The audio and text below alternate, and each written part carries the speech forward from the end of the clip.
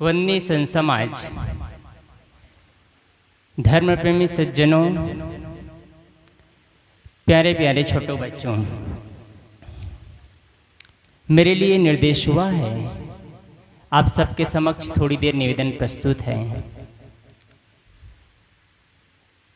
अभी पूज्यवर साहिब जी के विचार 2-3 दिन से लगातार जीवन के विषय में बहुत गंभीर विचार सुनते आए हैं और एक महत्वपूर्ण विषय पर सुनते आए हैं। इतने सारे विचार सुनने के बाद भी हमारे जीवन में ऐसे ऐसे करवटें आती है और हम अपने को पूरा सौंप देते हैं, गलत मार्ग के लिए तय कर लेते हैं। और कौन सा है मार्ग? सदगुरु कबीर साहब कहते हैं, ये ब्रह्म भूत सकल जग खाया।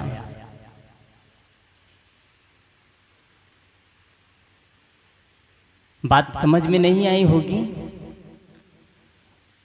ब्रह्म भूत जादू टोना दिशाशूल लगन मुहूर्त, इसमें पूरे संसार के लोग जहड़ा गए। सकल जग खाया, पूरे संसार के लोगों को खा गया।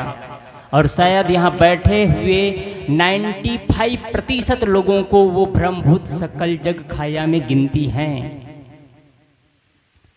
कैसे गिनती हैं? आप सीरियल से देखते जाइए, कैसे आपको अपने ही विचार, अपने ही कर्म, अपने ही जीवन को हम कैसे दोहन करते हैं और कैसे हम नाना प्रकार के कर्मकांड और पाखंड में अपने जीवन को बर्बाद कर देते हैं। हम जीवन को नहीं समझ पाते हैं। बाहरी कर्मकांड और पाखंड से, बाहरी ब्रह्मभूत से, जादू टोना से ये सच है, ये गलत है मान करके असली देवी देवता का तिरस्कार कर देते हैं और सही देवी देवता को नहीं समझ पाते हैं। जीवन ऐसे ही बेकार चला जाता है। बहुत लोगों की मान्यताएं होती है, खास करके माताएं ध्यान देंगे कि इस दुनिया में अलग से कोई ईश्वर है, अलग से कोई परमात्मा है, या कोई जादू होता है या कोई टोना होता है। ये बहुत सारे भ्रांतियां चलती हैं। ईश्वर और परमात्मा की बात कहूँ अलग से, तो मैं सरल शब्दों में कहूँ तो जितने मंदिर और मस्जिद, जितने भी एक तो नहीं, आपके सिर्फ अंजोरा ग्राम में नहीं, पूरे विश्व में जितने मंदिर और मस्जिद है, वहाँ से पैसा और धन संपत्ति निकाल दिया जाए, 6 महीने में मंदिर और मस्जिद समाप्त हो जाएंगे। मात्र 6 महीने में। किस लिए चलता है? बिजनेस, व्यापार। मात्र 6 महीना में सारे मंदिर और मस्जिद गायब हो जाएंगे, क्योंकि पैसा के बल पर चलता है और वहाँ एक बिजनेस। आज से करीब 6 महीने पहले तिरुपति बालाजी मंदिर में एक पुजारी के घर में रेड पड़ा था। उनके यहाँ से 1.5 करोड़ की संपत्ति और 46 तोला सोना निकाला गया था। क्या भगवान इतना बहरा है? मैं क्षमा चाहता हूँ, मैं आपसे प्रश्न कर रहा हूँ, मैं नहीं कह रहा हूँ, मैं आपसे प्रश्न कर रहा हूँ। क्या इतना भगवान निर्दयी है जो गरीबों का चीज मार करके, गरीबों का हक मार करके पुजारियों के पेट भर देते हैं, पुजारियों को घर भर देते हैं? आप इतना निर्दय, आप इतना लगन के साथ, श्रद्धा के साथ पूजा करते हैं और आपके साथ इतना अन्याय होता है, क्योंकि आपने गलत किया है। क्या गलत किया है बताऊं? आपने सही भगवान की पूजा नहीं किया, गलत भगवान की पूजा किया है। जो भगवान आपका सहयोग करते हैं, जो भगवान आप बीमार पड़ते हैं तो इलाज करते हैं, जो भगवान आपके खराब स्थिति में आपको भोजन कराते हैं, स्नान कराते हैं, कपड़े धोते हैं, हॉस्पिटल ले जाते हैं, स्कूल ले जाते हैं, स्कूल से लाते हैं, सारी व्यवस्था जो भगवान करते हैं, क्या उस भगवान को उतना श्रद्धा और प्रेम से आपने पूजा किया है? आप उस भगवान का तिरस्कार किए हैं। आप उस भगवान, एक घटना याद आई। एक नई बहू आई रही और आने के बाद में उसकी सासू माँ बोलती है, बेटी आज अच्छा दिन है और अच्छा दिन है इसलिए आज तुम सुबह स्नान करके तैयार हो जाना, आज मंदिर में भगवान की पूजा करने जाएंगे। कहती है ठीक है माँ। वो उनकी बहू तैयार हो जाती है, फूल लेकर के, अगरबत्ती लेकर के, फूलबत्ती बना करके, नारियल लेकर के पूर्ण रूप से तैयार हो जाती है और माँ के साथ में, अपनी सासू माँ के साथ में मंदिर की ओर प्रस्थान करती है। जैसे प्रस्थान करती है, मंदिर के पास जाने के बाद में उनकी सासू माँ सीढ़ी से ऊपर चले जाती है और बहू वहीं पर रुक जाती है। वहीं से बुलाती है उनकी सासू माँ, बेटी तुम आ जाओ, मंदिर यही है। इतने में बोलती है उनकी बेटी, उनकी बहू, माँ मुझे डर लगता है। उनकी बहू बोलती है कि मुझे डर लगता है। सासू माँ कहती है किस चीज़ का डर है, ये तो भगवान का मंदिर है। बहू बोलती है माँ आप जहाँ पर खड़े हैं आपके आगे, आपके दाहिने और बायां साइड में शेर खड़ा हुआ है, मुझे डर लगता है। इतने में सासू माँ बोलती है बेटी ये तो पत्थर है, पत्थर की मूर्ति है, इसमें जान नहीं है, इससे कुछ नहीं होने वाला है, तुम आ जाओ, मेरे पास आ जाओ। वो दौड़ करके सीढ़ी से आगे बढ़ती है और अंदर प्रवेश करती है। अंदर प्रवेश करती है और वहाँ पर एक पत्थर का मूर्ति बना हुआ था। कहती है, बेटी को कहती है अपने बहू को कि बहू इस पर फूल चढ़ाओ, अगरबत्ती आरती जलाओ और इसकी पूजा करो। इतने में बहू फिर पूछती है किसकी पूजा करूं माँ, मुझे तो समझ नहीं आ रहा है। कहे ये भगवान है। कहाँ भगवान है? ये जो पत्थर की मूर्ति दिख रहा है यही तो भगवान है। इतने में बहू बोलती है माँ ये तो पत्थर की मूर्ति है। कहते ही फिर उसकी सासू माँ बोलती है भगवान है, पत्थर की मूर्ति नहीं है। इतने में बहू बोलती है माँ जब बाहर जो बैठा शेर पत्थर की मूर्ति हो सकता है तो अंदर में बैठा पत्थर की मूर्ति भगवान कैसे हो सकता है? आपसे प्रश्न है, आप सब जाते हैं मंदिर में, आपसे प्रश्न है। बाहर में बैठा पत्थर की मूर्ति शेर हो सकता है, उसमें जान नहीं और प्राण नहीं, तो अंदर में बैठा भगवान और मूर्ति कैसे भगवान हो सकता है? मैं नहीं कह रहा हूं भगवान नहीं है, मैं आपसे प्रश्न कर रहा हूं। मैं आपसे प्रश्न कर रहा हूं। जब कोरोना काल की महामारी चल रही थी तो पूरे भारत देश नहीं पूरे विश्व भगवान की पूजा करने में जपे हुए लगे थे, लेकिन कोई भगवान काम नहीं आए, सारे भगवान के दरवाजे बंद कर दिए गए थे। कहाँ गए थे उस समय आपके भगवान? कहाँ गए थे उस समय आपके भगवान? कौन सा भगवान काम आए थे आपको पता है? वही डॉक्टर, वही नर्स, वही सारे लोग काम आए थे। वही जो आपके बेटे हैं, आपके पुत्र हैं, आपके माँ हैं, आपके माँ बाप है, आपको कोरोना महामारी होते हुए जानते हुए आपके करीब जाते थे और जानते थे कि ये छुआछूत की बीमारी है, मुझे भी लग सकता है, लेकिन डरते नहीं थे। आपका प्राण प्रिय था इसलिए आपके करीब जाते थे, लेकिन सारे भगवान के मंदिर बंद कर दिए गए थे। कहाँ गए आपका भगवान? आप अंधविश्वास और चमत्कार और आडंबर में अपने जीवन को बर्बाद मत करिए। कल साहब जी कह ही रहे थे पूजा पाठ से जीवन नहीं बदलता है, जीवन बदलता है कर्मों से। क्या आपने कर्म किया है वैसा?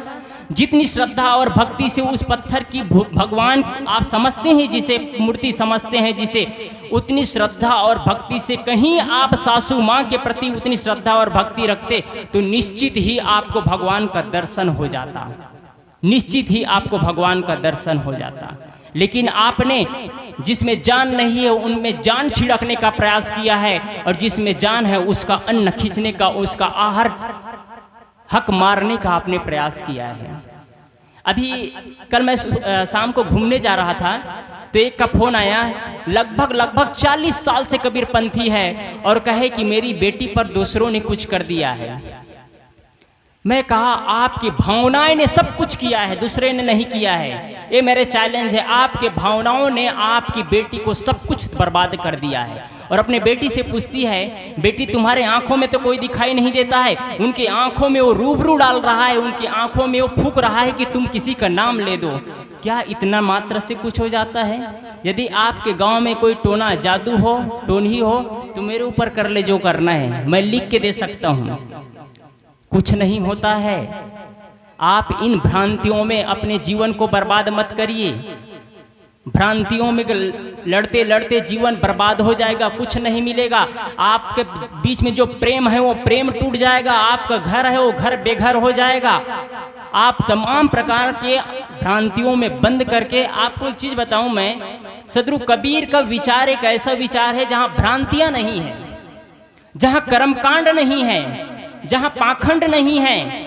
मात्र सदगुरु कबीर के विचार को आप सुन करके जीने का प्रयास करेंगे ना, आपके जीवन से कर्मकांड और पाखंड हट जाएंगे। लेकिन सही ढंग से आप जीवन जिएंगे तो। कबीर पंथी भी कर्मकांडी कम नहीं है, मैं साफ कहता हूं। मैं कबीरपंथी भी कर्म कांडी बहुत है। ये कहते हैं मात्र कबीर का नाम जपो आपके सारे पाप नष्ट हो जाएंगे। इतना अन्याय! जो सदगुरु कबीर साहब डंका पीटते रहे ब्रह्मभूत पर, मूर्ति पूजा पर, अन्याय पर, वही कबीरपंथियों ने कबीर की पूजा, सिर्फ कबीर की मूर्ति की पूजा करके आदमी ने सदगुरु कबीर को प्रब्रह्म नायक बना दिया। क्या ऐसा हो सकता है? मैं कह रहा था कि आप जितना श्रद्धा और भक्ति से आप मंदिर में जाते हैं, उतना ही श्रद्धा और भक्ति से आप घर को मंदिर बना लीजिए आप, और घर के सारे सदस्यों को देवी देवता समझिए, उनके साथ देवी देवता की तरह व्यवहार करिए, तो निश्चित ही आपका घर मंदिर बन जाएगा। फिर आपके जीवन में कुछ अलग ही आनंद होगा, जीने का अंदाज ही कुछ अलग होगा। बच्चा जैसे ही घर में पैदा होता है, उनको तमाम प्रकार की भ्रांतियां उन पर लादा जाता है। क्यों लादते हैं आप ऐसे? क्यों अपने ही बच्चे पर गलत भ्रांति लादते जाते हैं? क्यों ही अपने बच्चों को गलत रास्ते पर आप लेते जाते हैं? क्या आपको नहीं लगता ये गलत है? अगर ऐसा होता तो आज हॉस्पिटल की जरूरत नहीं होती, अगर झाड़ फूक से कुछ होता तो। लेकिन ऐसा कुछ नहीं है। मैंने जितनी भी बात कह रहा हूं, उसकी शुरुआत मैंने एक लाइन में कह दिया था कि सारे भ्रांतियों का जड़ है आदमी का पैसा कमाना और बिजनेस है। आज आपके इस नकपुरा गांव में जितने मंदिर होंगे उतने हॉस्पिटल और स्कूल नहीं हैं। क्यों चलते हैं मंदिर? क्योंकि उससे आवक है। जिस दिन पैसा आना बंद हो जाएगा, उस दिन मंदिर के दरवाजे बंद हो जाएंगे। मैं कांकेर क्षेत्र में गया था आज से 3 महीना पहले, तो एक व्यक्ति का है, हमारे क्षेत्र में एक बैगा है जो बाण मारता है, और बाण मारता है 24 घंटा के अंदर उसका शरीर छोड़ जाता है। ये गारंटी है क्या? मैं कहा मैं लिख के देता हूँ, मेरे ऊपर बाण मार ले, जो करना है कर ले। आपके बैगा में कितना हिम्मत है, और जो पैसा चाहिए वो भी दूंगा खर्चा, आप लिख करके मुझसे ले लीजिए। ऐसा नहीं होता है, लेकिन होता भी है, होता भी है। कैसे होता है ये बताता हूँ मैं। आपके मन में जब विचार आना शुरू होता है कि मेरे साथ उन्होंने ऐसा किया है, आप सोचना शुरू कर देते हैं कि मेरे साथ सामने वाले ने गलत किया है, गलत किया है। सामने वाले गलत तो नहीं किए रहते हैं, आप गलत हो जाते हैं, आप गलत हो जाते हैं। कैसे गलत होते हैं? जब आप दूसरों के लिए जो बीज बोते हैं ना, वो आपके लिए फल मिलता है। जो आप दूसरों के लिए सोचते हैं ना, वो आप अपने जीवन में काटते हैं। आप यदि घर में सास के साथ, बहू के साथ, देरान के साथ, जेठान के साथ, बच्चों के साथ, पड़ोसी के साथ नफरत का बीज बोते हैं, तो आप सिर्फ उनके लिए बीज बोते हैं, लेकिन सौभाग्य कहूँ चाहे दुर्भाग्य कहूँ, वो फल आप काटते हैं, आप काटते हैं। क्या अपने जीवन में प्रेम का बीज नहीं बोना चाहते हैं आप? ये छोटी सी प्यारी सी नन्ही सी जिंदगी है, इसमें प्रेम से आनंद से नहीं जीना चाहते हैं आप घर में वैमनस्य पैदा करके, आप एक दूसरे के साथ में ईर्ष्या और द्वेष पैदा करके क्या प्रेम का जीवन जी पाएंगे आप?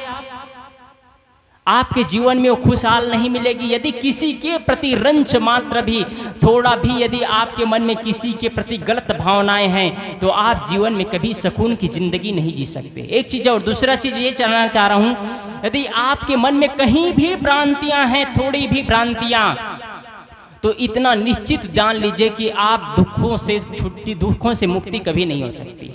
आपको दुखों से मुक्ति कभी नहीं मिल सकती है, ये गारंटी है। आप लिख लीजिए अपने दिमाग में। यदि कहीं भी भ्रांतियां हैं तो आपको विश्वास होना चाहिए अपने कर्मों पर। आपको अपने कर्मों पर विश्वास नहीं है। आदमी गाड़ी चलाता है, 10 लाख की, 20 लाख की, 30 लाख की गाड़ी चलाता है, और गाड़ी के इंजीनियरिंग पर विश्वास नहीं है, गाड़ी का इंजीनियरिंग पर विश्वास नहीं। उनको इतना शोध करके बनाया जाता है गाड़ी को, उस पर विश्वास नहीं। किस पर विश्वास होता है बताऊं? गाड़ी के ड्राइवर अपने बगल में एक लाल चुनरी बांध लेता है, उस पर विश्वास होता है। गाड़ी के इंजीनियरिंग पर भरोसा नहीं है। आपको अपने जीवन के कर्मों पर भरोसा नहीं है, आपको अपने गुरु पर भरोसा नहीं है, आपको अपने माता पिता पर भरोसा नहीं है, आपको अपने पुत्र पर भरोसा नहीं है, आपको एक ताबीज पे भरोसा होता है। क्या उससे कुछ हो सकता है? अच्छे अच्छे लोगों को देखा हूं मैं, अच्छे अच्छे पढ़े लिखे को देखा हूं मैं, यहाँ ताबीज बांध लिए, गले में ताबीज बांध लिए, और लड़कियों को देखा हूं यहाँ पैर में धागा बांध दिए। उससे क्या होगा? उससे क्या आपको अच्छे पति मिल जाएंगे? यही चाहते हैं क्या? ना, आपका कर्म बताएगा आप क्या चाहते हैं। आप घर में लड़ते हैं, सास और बहू, देरान और जेठान लड़ते हैं, भगवान की पूजा करते हैं।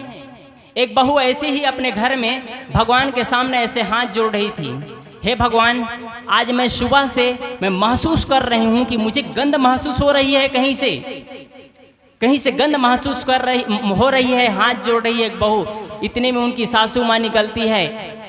ये बहू अपने बहू से कहती है, तुमको इतना भी दिमाग नहीं है? तुम अंगूठी पहने हो अपने बाएं हाथ में और अपनी गंदगी साफ किए हो, अंगूठी के अंदर गंदगी चला गया है, वही बदबू दे रहा है, भगवान बदबू नहीं दे रहा है।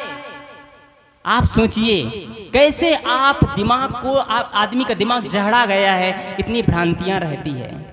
इतना साफ सुनने में अच्छा लग रहा है ना, लेकिन आपके दिमाग में कुछ नहीं घुसेगा शायद। अगर घुसेगा तब मानूंगा, आप जाकर के सारे भ्रांतियों को तोड़ देंगे आज से। मैं यही मानूंगा, यदि आज आप सारे भ्रांतियों को तोड़ देंगे तो मैं समझूंगा कि वास्तव में आपके दिमाग से भ्रांतियां निकल गई है। जीवन में भ्रांतियां मत पालिए आप। मंगल बुध उत्तर दिश काला कहा गया है, आप सुने होंगे। और मंगल बुध के भारत देश में हजारों ट्रेन चलती है मंगल बुध के उत्तर और दक्षिण के दिशा में। क्या वो ट्रेन में हर रोज एक्सीडेंट होता है? सिर्फ आपके लिए है ये? सिर्फ आपके लिए होता है ये? आप सोचिए, कुछ लोग सोचते हैं इस दिन बाल बनाना चाहिए, इस दिन नहीं बाल बनाना चाहिए। हम तो सोचते हैं जिस दिन लोग नहीं बनाना चाहिए कहते हैं, उसी दिन हम लोग मुड़वा लेते हैं। चलो, लोगों का संतोष। हम गाड़ी से रोज यात्रा करते हैं, और रोज यात्रा करते हैं, लोग कहते हैं रास्ते से बिल्ली अगर काट दिया तो रुक लेना चाहिए, और जब तक दूसरे यात्री न निकल जाए तब तक क्रॉस नहीं करना चाहिए। दूसरे यात्री कहते हैं दूसरे यात्री मरे चाहे जो हो, लेकिन मैं तो बच जाऊंगा, और हमको कोई फर्क नहीं पड़ता है। रास्ते से बिल्ली जा रही है, अपना काम कर रही है, हम अपना काम कर रहे हैं। क्यों भ्रांतियों में आप जकड़े हुए हैं? असली आप भगवान के भक्त हैं, असली पुजारी हैं, इसका पहचान क्या है? पूजा चरित्र की होती है, चित्र की पूजा नहीं होती है। इस बात को आप दिमाग में बिठा लीजिए। पूजा चरित्र की होती है, चित्र की पूजा नहीं होती है। एक आदमी यहाँ से पैदल चलता है और 100 करोड़ रुपए की भी गहना पहना हो, 100 करोड़ रुपए की हीरा जवाहरात से लदा हुआ हो, एक आदमी चल रहा है, लोग देखेंगे बस, कोई फर्क नहीं पड़ता है। लेकिन एक आदमी पैदल चल रहा हो, सिंपल सा कपड़ा पहना हो, श्वेत वस्त्र धारण कर लिया हो, या सन्यासी कलर कपड़ा पहन लिया हो, 100 करोड़ क्या मात्र 100 रुपये का कपड़ा पहना हो, लोग उसकी चरणोदक लेते हैं, आरती उतारते हैं, पूजा वंदना करते हैं। क्या आप चाहते हैं कि आपकी चित्र की पूजा होती है? आप लोग सोचते हैं गहने से, जेवर से, कपड़े से हम अच्छे दिखते हैं। आप अच्छे नहीं दिखते हैं। जब गहना उतार देते हैं आपकी सुंदरता खत्म हो जाती है, कपड़े बदल देते हैं आपकी सुंदरता खत्म हो जाती है। सुंदरता किसकी थी आपको पता है? आपके गहने की सुंदरता थी, आपकी सुंदरता नहीं थी वो। आपके कपड़े की सुंदरता थी, आपकी सुंदरता नहीं है वो। और आपकी सुंदरता वो नहीं है। आपकी सुंदरता, आप चेहरे से गोरी हो काली हो, आपकी सुंदरता नहीं है, प्रकृति का बनावट है। आपको टट्टी और पेशाब, टट्टी और उल्टी दस्त हो जाए, आपको 15 दिन में आपका शरीर सुंदर दिख रहा है, हड्डी दिखाई पड़ना शुरू हो जाएगा। आपकी सुंदरता कहाँ चली गई? फिर आपकी सुंदरता गायब हो गई। सुंदरता भी गायब हो जाती है।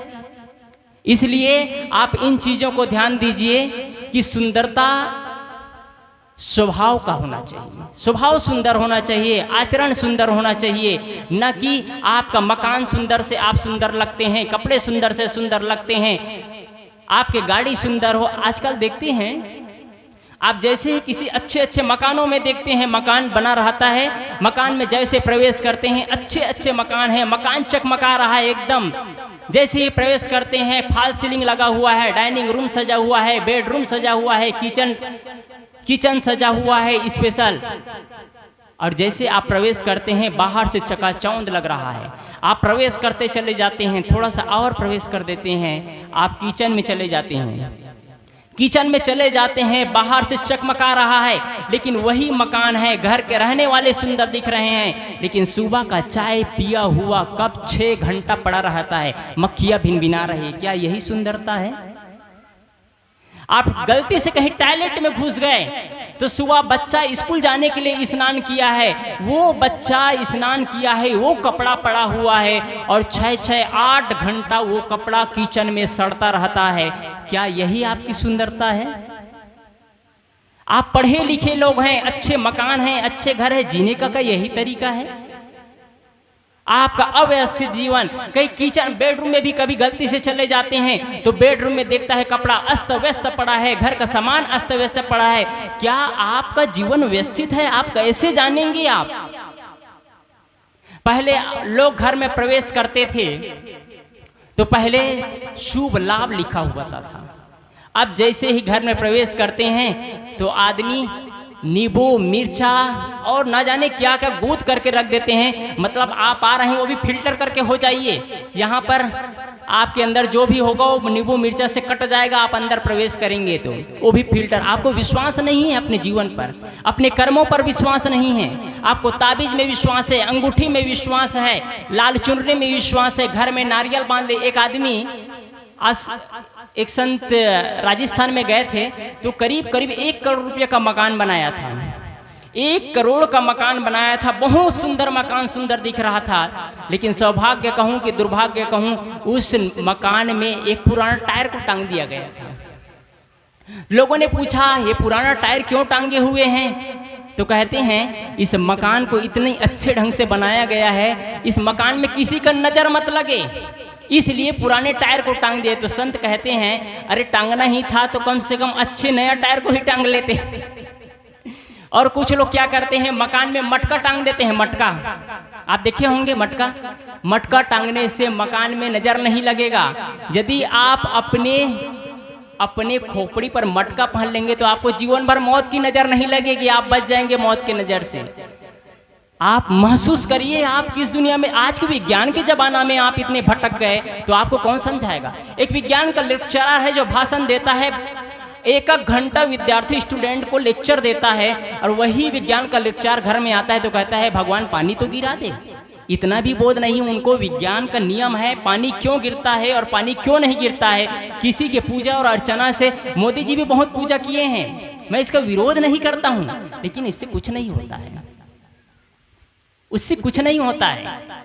एक आपका सिस्टम है, एक आपकी परंपरा है, आप पूजा करते हैं, करिए, मैं इसका विरोध नहीं करता हूं, लेकिन पूजा के साथ साथ जीवन को भी बदलने का प्रयास करिए। यदि आप श्री राम की उपासना किए तो राम की तरह अपने जीवन को भी बदलिए। कभी भाई से नहीं लड़ते थे, क्या आप भाई से नहीं लड़ते हैं? एक फीट जमीन के लिए भाई का गर्दन उड़ा देते हैं, यहां तक देखा गया है। मात्र 1 ग्राम 2 ग्राम सोने और चांदी के लिए देरान और जेठान में टक्कर हो जाता है, उनके लिए ज्यादा लिया गया है, मेरे लिए कम लिया गया है, और ऐसी स्थिति आती है कि घर टूट करके बिखर जाता है। क्या आप लोग श्री राम के भगत हैं? ऐसे भक्त होते हैं, ऐसे पुजारी होते हैं, ऐसे भगवान के देवी देवता मानने वाले होते हैं? क्या श्री कृष्ण के पुजारी ऐसे होंगे?